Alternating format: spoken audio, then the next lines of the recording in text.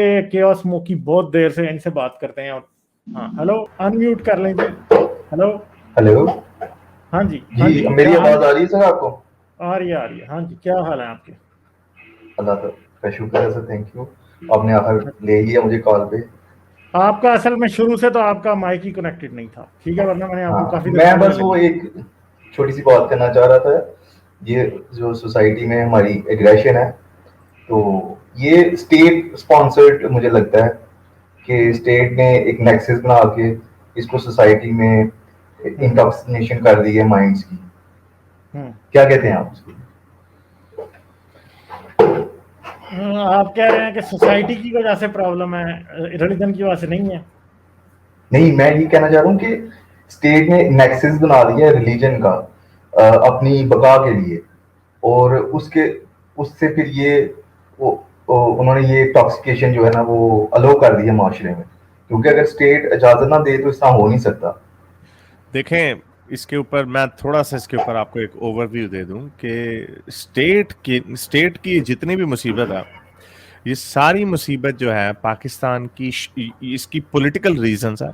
और उसकी सबसे बड़ी वजह यह है कि पाकिस्तान की जो शेकी फाउंडेशंस हैं, उस वजह से जो भी हमारे करता धरता रहे हैं, यही 75 सालों में जो अप्स एंड डाउन्स हुए हैं, उसका एक सबसे बड़ा मसला ये रहा है कि इन्होंने हमेशा से इंडिया के साथ पंगा रखने का तहिया किया हुआ था। पंगा रखना था इन्होंने, और कश्मीर के साथ इन्होंने ये इशू रखना था। उसके चक्कर में शरारतें करते रहे, उसके चक्कर में they have to maintain their Muslim identity, इसके ऊपर भी फोकस रहा।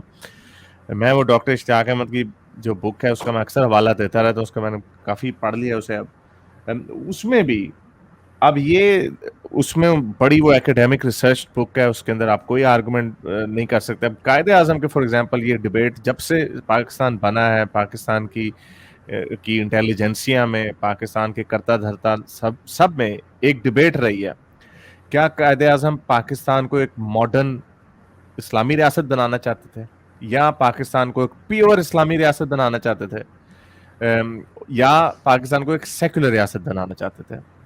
और मजे की बात यह है, उसमें उन्होंने सारी स्पीचेस, सारी जो उन्होंने देवबंदियों के साथ भी मीटिंगें की हैं, जो उन्होंने 11 अगस्त की स्पीच भी दी थी सेकुलरिज्म के ऊपर, और मॉडर्न वेलफेयर की भी पेशावर में जाके स्पीचेस दी हैं, उन्होंने इन सारी आइडियाज में उन्होंने फ्लर्ट किया है हर मकतबे फिक्र के लोगों के साथ। और फिर उनको अल्लाह मियाँ ने इतनी मोहलत नहीं दी कि वो कुछ कर भी सकते, कुछ कानून भी बना जाते। उसके बाद आ गए हमारे सियासतदान, और सियासतदान भी ऐसे कि पहले पाकिस्तान के जनरल इलेक्शंस कब हो रहे हैं, पाकिस्तान के बनने के 9-10 साल बाद, और वो भी उससे भी मुकर गए वो, और फिर उसके बाद मुल्क तोड़वा लिया। तो ये सारा जो नेक्सस की जो आप बात कर रहे हैं, उसकी वजह ही कंफ्यूजन है। हम ज़ियाउल हक को कह देते हैं, ज़ियाउल हक से पहले जो हमारे भुट्टो साहब थे, जो सोशलिस्ट थे, जिन्होंने माओइस्ट कम्युनिज्म को साथ भी फ्लर्ट किया, और उन्होंने इस्लामी बम का भी नारा लगाया, उन्होंने इस्लामी उम्मा की भी बात की, और वो शराब भी पीते थे। जब वो अरेस्ट हुए थे तो मुसलिनी की किताबें भी पढ़ते थे। ये सारी जो चीजें हैं, और अब देख लें हमारे आज के वजीर आजम साहब को देख लें, सारी उम्र उन्होंने वेस्टर्न लाइफ गुजारी, मजे किए, और एंड में आके उन्होंने मदीने की रियासत, और मजे की बात है मदीने की रियासत का नारा कायदे आजम भी लगा चुके हैं। तो ये सारा मसला जो आपको नजर आ रहा है, ये किसी एक इदारे को भी, फॉर एग्जाम्पल फौज के ऊपर हम अब सारा मलबा गिरा देते हैं। फौज तो नहीं थी 1956 तक, ये तो उसके बाद हुआ ये सारा काम जो हुआ। तो और फौज की भी डिफरेंट, अयूब की डिफरेंट आइडियोलॉजी थी, याहिया की डिफरेंट थी, आपके जिया और मुशर्रफ की डिफरेंट थी। ये भी ऊपर नीचे होते रहे, और इसमें भी पेंडुलम शिफ्ट होता रहा। तो ये स्टेट के ऊपर भी नहीं दिया जा सकता। मेरी नजर में जितना मैं अभी समझ सक रहा हूँ, और आजकल मैं बड़ी पाकिस्तान की हिस्ट्री को पढ़ रहा हूँ, डिफरेंट और जो इंग्लिश हिस्टोरियंस ने लिखा है उनके भी रेफरेंसेस एसेज में पढ़ रहा हूँ साथ साथ। तो जितना मुझे समझ आता, ये सारे का सारा मसला ये है ही कंफ्यूजन की बेस पे। और कंफ्यूजन कहाँ से शुरू हुई? कंफ्यूजन पाकिस्तान की क्रिएशन के ऊपर हुई। जब पाकिस्तान के बानी को नहीं पता था कि उसने किस किस्म का मुल्क बनाना है, and he was perfect opportunist. वो परफेक्टली उन्होंने अपॉर्चुन मोमेंट देखी। इसमें चर्चिल का भी हाथ है, इसमें पूरी ब्रिटिश 1830 से ब्रिटेन में इस चीज का खौफ था कि उस वक्त रशियन ज़ारे रशिया था, वो कहाँ तक एक्सपैंड नीचे ब्रिटिश इंडिया तक आता है या नहीं आता। उस वक्त इंडिया ब्रिटेन का भी नहीं था पूरा, लेकिन उनको रशिया से हमेशा एक आइडियोलॉजिकल वॉरफेयर थी उनके साथ। फिर ये उनका फियर जो था वो 1917 के रशियन रेवोल्यूशन के बाद ज्यादा सख्त हो गया, और उस वक्त ब्रिटिश राज जो था वो पूरे अरूज पर था, और वो नहीं चाहते थे। और उस वक्त जिन्ना साहब का जो नारा था, ये इतनी मजे की बात है, इसका एविडेंस है कि अप अंटिल स्प्रिंग ऑफ 1947 यानी मार्च अप्रैल तक गोरों ने इस चीज का, अंग्रेजों ने फैसला नहीं किया था कि पाकिस्तान बनेगा या नहीं बनेगा। उधर भी दो डिफरेंट टाइप की ओपिनियंस चल रही थी कि अगर हमने इंडिया को तोड़ दिया तो जो इंडियन आर्मी है उसको भी डिवाइड करना पड़ेगा ऑब्वियसली रिसोर्सेज को, पाकिस्तान को और इंडिया को, and that will weaken the subcontinent, और as a result it will be open to Soviet invasion later on. But eventually they went with the idea कि जो subcontinent का इंडिया है that would be more pro-Soviet Union and we need. और कायदे-आज़म ने, बड़ी मजे की बात है, कायदे-आज़म ने, ये भी मैंने आपको जो बताया, इन्होंने तीनों आइडियाज से फ्लर्ट किया, लेकिन एक आइडिया से उन्होंने फ्लर्ट नहीं किया। उन्होंने जो कम्युनिस्ट थे, जो कम्युनिस्ट पार्टी ऑफ इंडिया थी और जो कम्युनिस्ट थे सब कॉन्टिनेंट के, उन्होंने उनको साफ इनकार कर दिया था कि आप हमारे पास ना आए, which was a clear signal to Churchill and everyone else कि we will be pro-West, not Soviet Union। तो ये मेरे नज़दीक, और इसमें बहुत बोला जा सकता है, इसमें बहुत सारे फैक्ट्स हैं डॉक्टर इश्तियाक अहमद की बुक में।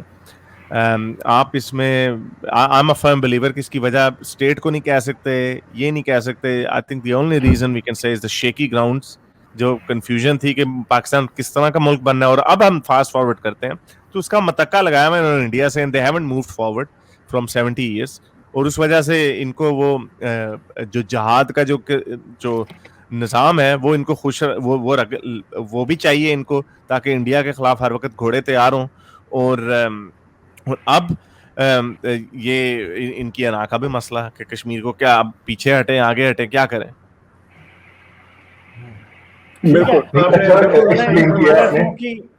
सॉरी टाइम नहीं है ज्यादा आज, ठीक है तो चलिए कोई बात नहीं। मैं बस ये थोड़ा सा एक छोटी सी बात कहना चाहूंगा। मैं भी किताब पढ़ा था नोवाल हरारी की, अच्छा, बड़ी अच्छी किताब लिखी है उन्होंने। उसमें उन्होंने डाउनग्रेडेड ह्यूमंस की बात की है, बड़ी जबरदस्त। कौन सी, होमो डेयस की बात कर रहे हैं आप या सेपियंस की बात कर रहे हैं? ये होमो डेयस की बात, मैंने होमो डेयस पढ़ी नहीं है, मेरे ख्याल है मुझे पढ़ लेनी चाहिए वो। हाँ।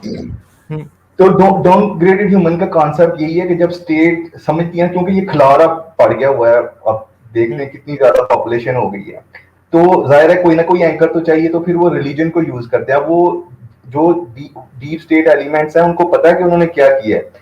हारिस भाई ने बड़ी अच्छी एक्सप्लेनेशन की है, किसी वक्त अगर टाइम मिला तो उसके ऊपर बात करेंगे। लेकिन मेरे ख्याल से ये conscious to keep the people downgraded, not to let them enlightened, और उनको उसी खसार में रखा जाए जानबूझ के, ताकि क्योंकि they have completely got failed to provide the basic necessity of life।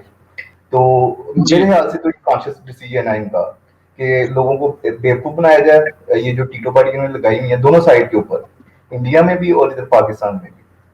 और इसकी एक सबसे बड़ी वजह, मैंने एक और किताब पढ़ी थी, शाहनामा कुदरतुल्लाह शाह, और हाँ, उसमें वो लिखते हैं कि मैं उस वक्त माओ जो था ना वो जिंदा था चाइना में, तो ये वहां पे गए थे, तो अभी वो डिसाइड कर रहे थे कि हमारी रिलीजन, हमारी जो ये चाइना है इसका फेथ क्या होगा, इसका कोई रिलीजन होगा या नहीं।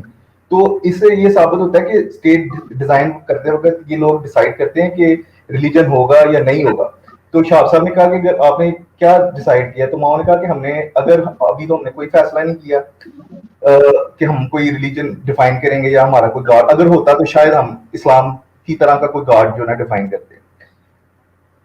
चलिए सर, ओपिनियन मेरा साथ लेट हो रहे हैं तो थैंक यू। और आपका जो सवाल था उसमें मैं एडिशन कर दूं, I think Haris put everything down, वो उसमें क्लियर कर दिया। स्टेट अगर रिलीजन यूज करती है तो जब बादशाहत का टाइम था तो बादशाह भी रिलीजन को यूज करते थे। तो स्टेट तो मॉडर्न कॉन्सेप्ट है, लेकिन जो रिलीजन है वो यूज हमेशा से होता रहा है। जो पावरफुल तबका होता है, चाहे वो बादशाहत ले लें, चाहे आप یہ لے لیں، اسٹیٹس لے لیں، اور اسی لیے جو سیکولر سوسائٹی ہوتی ہیں وہ ہوتی تو اسٹیٹ ہیں لیکن وہ ریلیجن کو یوز نہیں کر سکتی بائی ڈیفینیشن آف سیکولرزم. جی چلیں